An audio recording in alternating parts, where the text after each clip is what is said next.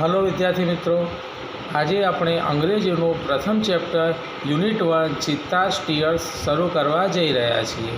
સૌપ્રથમ આપણે pre task એને રીડ કરીશું. વન ડે એટલે એક દિવસ. રોઝી વેન ટુ, રોઝી નામ છે. વેન ટુ એટલે ગોનું ભૂતકાળનું રૂપ ગઈ હતી.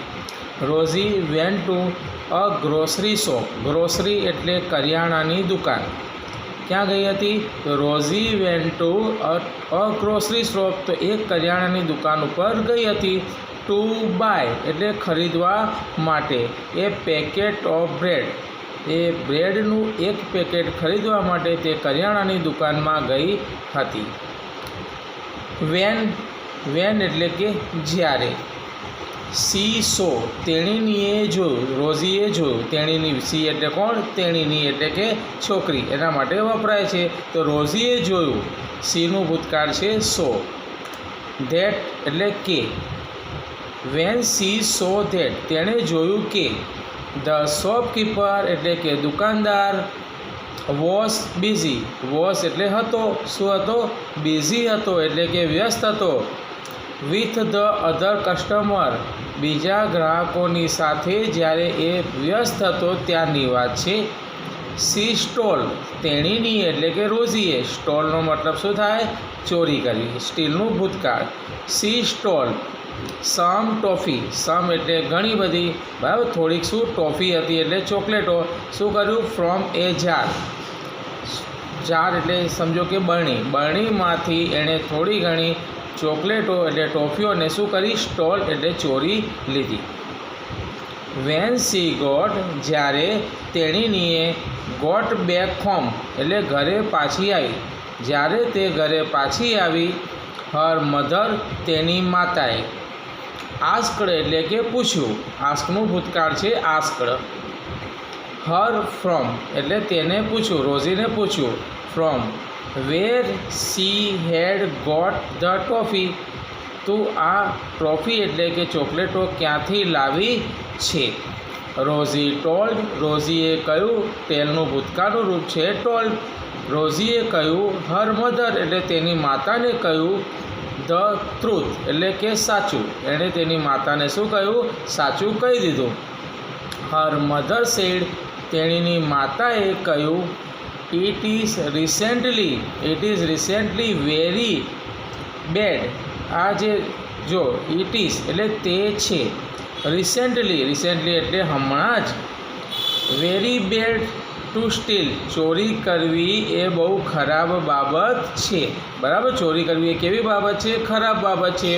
ધ શોપકીપર માઇટ, શોપકીપર એટલે કે દુકાનદાર.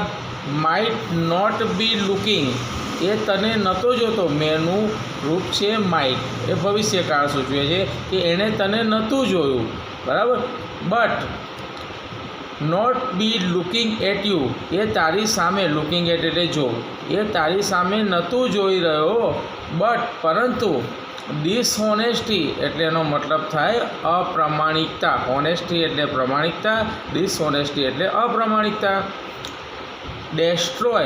ડેસ્ટ્રોય એટલે નાશ થવું અથવા મરી જવું અથવા ખતમ થવું, બરાબર. તો ડિસહોનેસ્ટી એટલે અપ્રામાણિકતા ડેસ્ટ્રોય કરે છે, મારી નાખે છે, ખતમ કરી દે છે. ફેઇથ એટલે થાય છે ટ્રસ્ટ અથવા વિશ્વાસ. તમારા ટ્રસ્ટ અથવા તમારા વિશ્વાસને આ શું કરે છે? મારી નાખે છે. ઇન પીપલ એટલે થાય લોકો.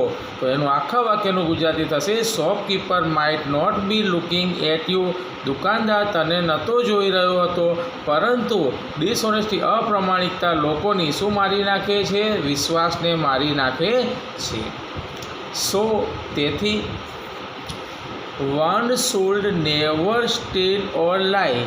વન સ્ટૂલ કદી પણ, નેવર એટલે કદી પણ, સ્ટીલ એટલે ચોરી ના કરવી જોઈએ. ઓર લાઈનો મતલબ થાય છે જુઠ્ઠું બોલવું. કદી પણ જુઠ્ઠું બોલવું ના જોઈએ અને ચોરી પણ કદી કરવી જોઈએ નહીં. રોઝી અન્ડરસ્ટૂડ, રોઝી સમજી ગઈ. ધ વર્ડ્સ, આ શબ્દો રોઝી સમજી ગઈ. ઓફ હર મધર, તેની માતાના આ શબ્દો રોઝી સમજી ગઈ. એન્ડ અને વેન્ટ બેક પાછી ગઈ. વેન્ટ બેક એટલે ગોનું ભૂતકાળ છે. Went back to the shop, ક્યાં ગઈ? દુકાનદારને ત્યાં. ધ રિટર્ન ધ ટોફી, અને જે ટોફી હતી એને શું કરી? રિટર્ન એટલે પાછી આપી દીધી. ટુ ધ શોપકીપર એટલે દુકાનદારને એ ટોફી હતી એણે તેને પરત કરી દીધી અથવા પાછી આપી દીધી. Rosie said I am sorry, રોઝીએ કહ્યું આઈ એમ સોરી, હું દિલગીર છું. For what I did. The શોપકીપરે શું કહ્યું? ઇટ ઇઝ ઓકે, કે કંઈ વાંધો નહીં. ઇટ્સ ઓકે એટલે કંઈ વાંધો નહીં. ડિયર એટલે મારી વાલી.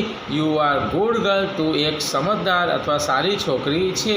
એટલે જીવનમાં કદી પણ ચોરી કરવી અને જૂઠું બોલવું હંમેશા કરવી જોઈએ નહીં. કદી પણ ચોરી અથવા જૂઠું બોલવું જોઈએ નહીં. Okay, thanks.